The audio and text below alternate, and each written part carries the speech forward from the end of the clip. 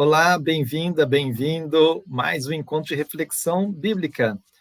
Professor Jung, muito obrigado. Hoje a gente vai refletir, prosseguindo a série de parábolas de Jesus sobre o reino de Deus, Mateus, capítulo 25, versículos de 31 a 46. Nós colocamos como tema o que salva, a crença ou a solidariedade com os pobres.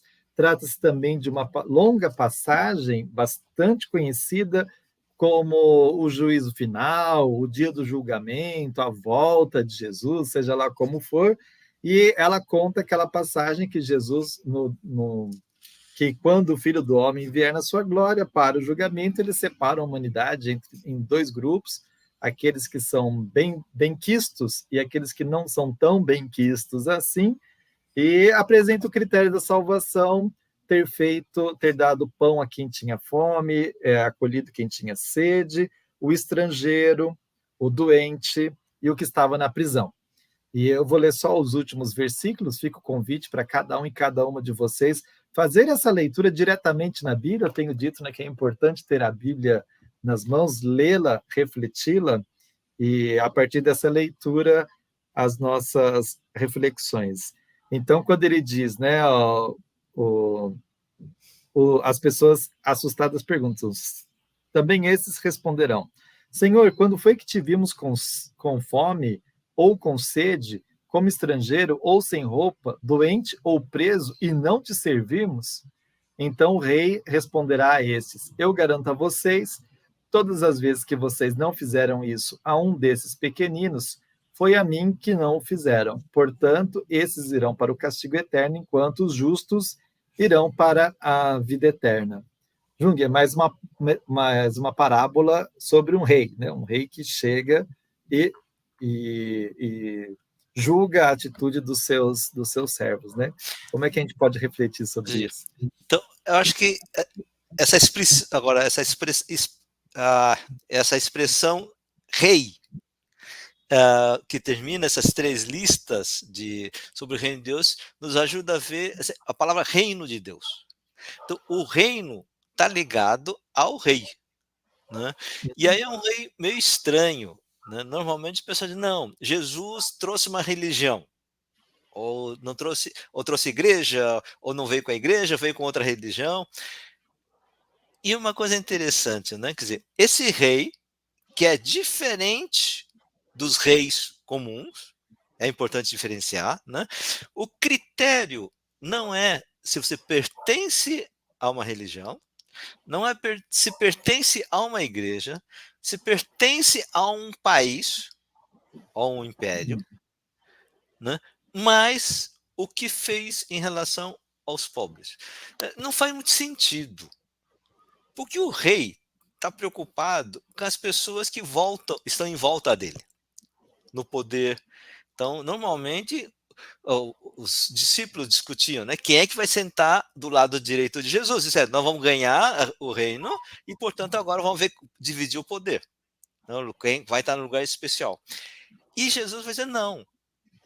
O lugar especial que vai dar acesso ao rei e pertencer ao reino de Deus não está nem na religião, nos ritos corretos ou no pagamento dos impostos, coisa assim, mas quem cuidou com os pobres. Mas não faz muito sentido, porque pobre é o cara ferrado. E assim, não é um pobre qualquer. Ele diz assim, aquele que não tem o que comer, não tem roupa, não tem sede, não tem bebê, não dá para beber, não tem água, não tem acesso à casa. Então, ele está falando do conjunto dos seres, das necessidades básicas. Aí vem uma coisa aqui muito interessante na antropologia de Jesus, ou da Bíblia. Qual é a característica do ser humano?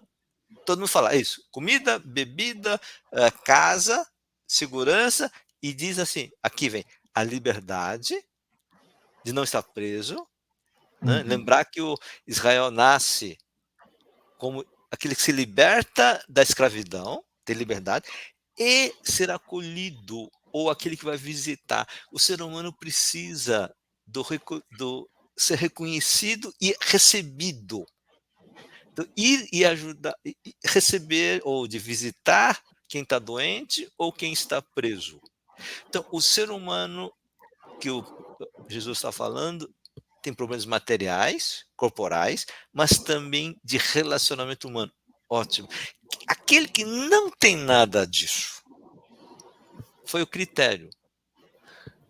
Tá, e como é que se divide isso? O que foi? Então, o importante não é a pertença a um grupo ou a uma religião, mas qual foi a atitude em relação a essa opção de aceitar, de ajudar ou não. E aí uma coisa importante, né? Tanto os que são salvos e os não salvos, né? Todo mundo lembra disso? Quando é que nós fizemos isto? Isto é, para Deus, a consciência não é o mais importante. Uhum. O conhecimento, eu sei que pertenço a uma religião. E isso na tradição cristã, isso é muito importante a gente repensar isso, porque a gente diz, aceitar explicitamente, dizer eu sou cristão, que Jesus é o meu Senhor, a consciência de que eu sou cristão é o critério central. E para Jesus não. Não faz muito sentido. Isso porque Jesus e Deus não está preocupado com os limites institucionais de pertencer a uma igreja, religião ou um país, ou uma classe. Mas essa ação ética de... Aí alguém diz, mas por que é que as pessoas dariam comida para o cara que não é nada? Normalmente a gente cuida de alguém porque a gente vai ter um retorno. Ou porque ele depois vai me agradecer, ou depois vai me pagar, ou depois vai fazer alguma coisa. Com esses que está aqui, nada, não vou ganhar nada. O que eu vou ganhar? Nada. Então, para que essas pessoas faziam isto, os que foram salvos? Não sei. Não tem uma motivação. Mas eu senti e fui fazer, me fez bem. Aquilo que vimos na semana anterior, a alegria. Alegria de ajudar as pessoas. Pela pura alegria de ajudar. Tá. Mas por que você faz isso? De onde vem essa energia, a motivação, a intenção de sair do seu mundinho, dos seus interesses, dos seus cálculos e vai? Isso é que a Bíblia chama de espírito. A manifestação do Espírito de Deus na história é ir além do nosso interesse, do nosso mundinho. Então, o vento que leva, que sopra, que empurra para fora. Então, as pessoas cuidam, reconhecem e ajudam, têm solidariedade com as pessoas mais pobres, mais ferradas, porque são movidos pelo Espírito de Deus. Então, mesmo que não tivesse religião, consciência de nada, é movido pelo Espírito e não se fechou ao vento do Espírito. E os outros que viram, mas não, isso não é meu, não é meu problema, não é minha responsabilidade. Ele não vai ganhar nada, só vai dar trabalho. O que eu ganho com isso? Nada. Mas eu cuido na igreja, eu pago dízimo, eu faço isso. Isso é que garante a minha salvação. Aí Jesus, não, meu filho. Eu paguei tudo isso. Aí, no outro evangelho, momento, Jesus diz, mas eu não vos conheço. Mas pregamos em nome de Jesus, em seu nome. Não vos conheço. É isto. Né? E aí, quando ele diz, tá, eu estou no reino de Deus. Tá, então se o reino de Deus, o Deus está aqui no nosso reino, aí os discípulos dizem, Senhor, nos mostre o Deus, o Pai. Aí Jesus diz, quando me vem Deus. Quando está me vendo, está vendo Deus. Aí eu penso, então, o único caminho para chegar a Deus é ir a Jesus. Tá, e como é que a gente chega a Jesus? Na igreja? Não. Jesus, não é o critério. Aí esse evangelho é. O critério para poder chegar a Jesus, para poder ao Pai, é no rosto do pobre. Então, onde é que Deus está? Na figura de Jesus no reino. Ótimo. E onde é que esse Jesus está? No bispo? Não. No pastor ou no padre? Não. Na igreja? Não. No rosto das pessoas que sofrem. Então, quando nós somos tocados pelo sofrimento do outro, naquilo que a gente pode fazer, né, aí é que a gente tem a experiência espiritual de conhecer Deus na nossa vida. E eu não vi o horário, esqueci de ver. O tempo está acabando, mas Tá. eu queria comentar algumas, Hã, algumas oposições que você me inspira quando fala isso. Queria dizer que a primeira pregação forte sobre essa passagem, eu lembro de até hoje um padre que dizia, quando a gente era religioso, seminarista, ele dizia assim: você acha que quando Jesus voltar, o que, que ele vai te perguntar? Quantas vezes você rezou a laudes no horário certo? Quantas vezes você fez a devoção? Quantas, se eu fui padre, as missas? Eu falei, não vai perguntar nada disso, não está nos critérios.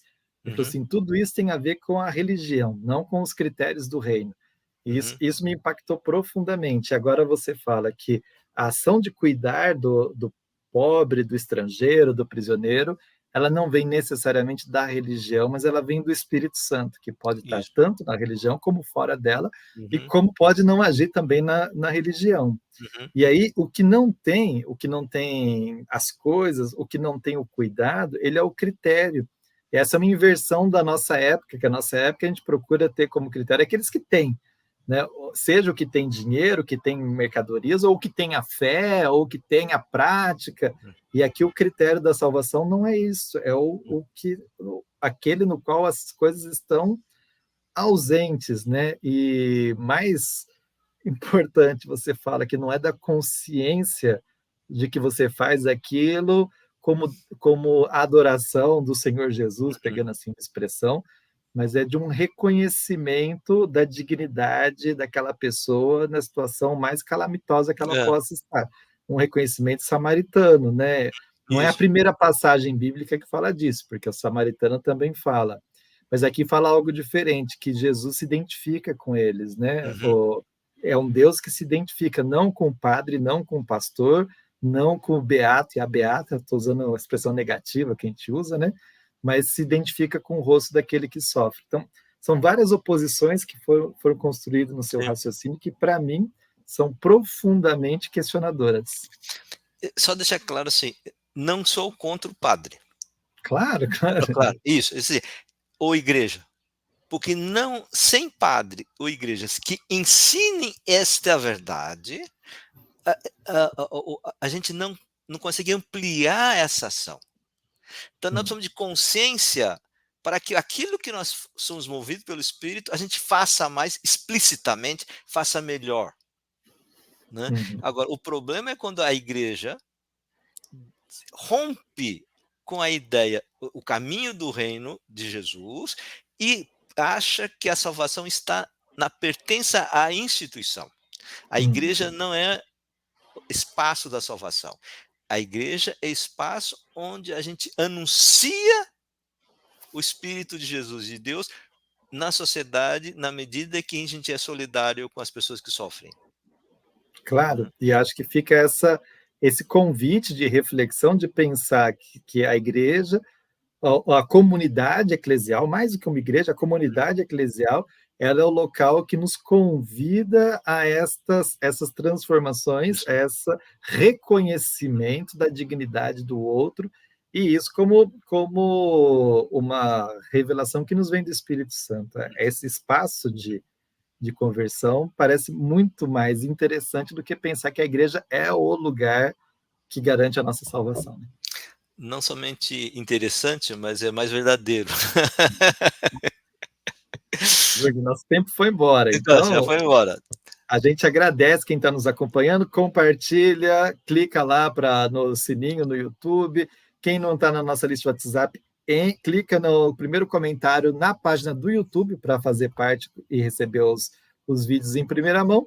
E a gente volta na semana que vem com mais uma interpretação, uma proposta-chave de leitura do Evangelho do dia. Jung. Até mais. Tchau. Tchau, tchau. Até.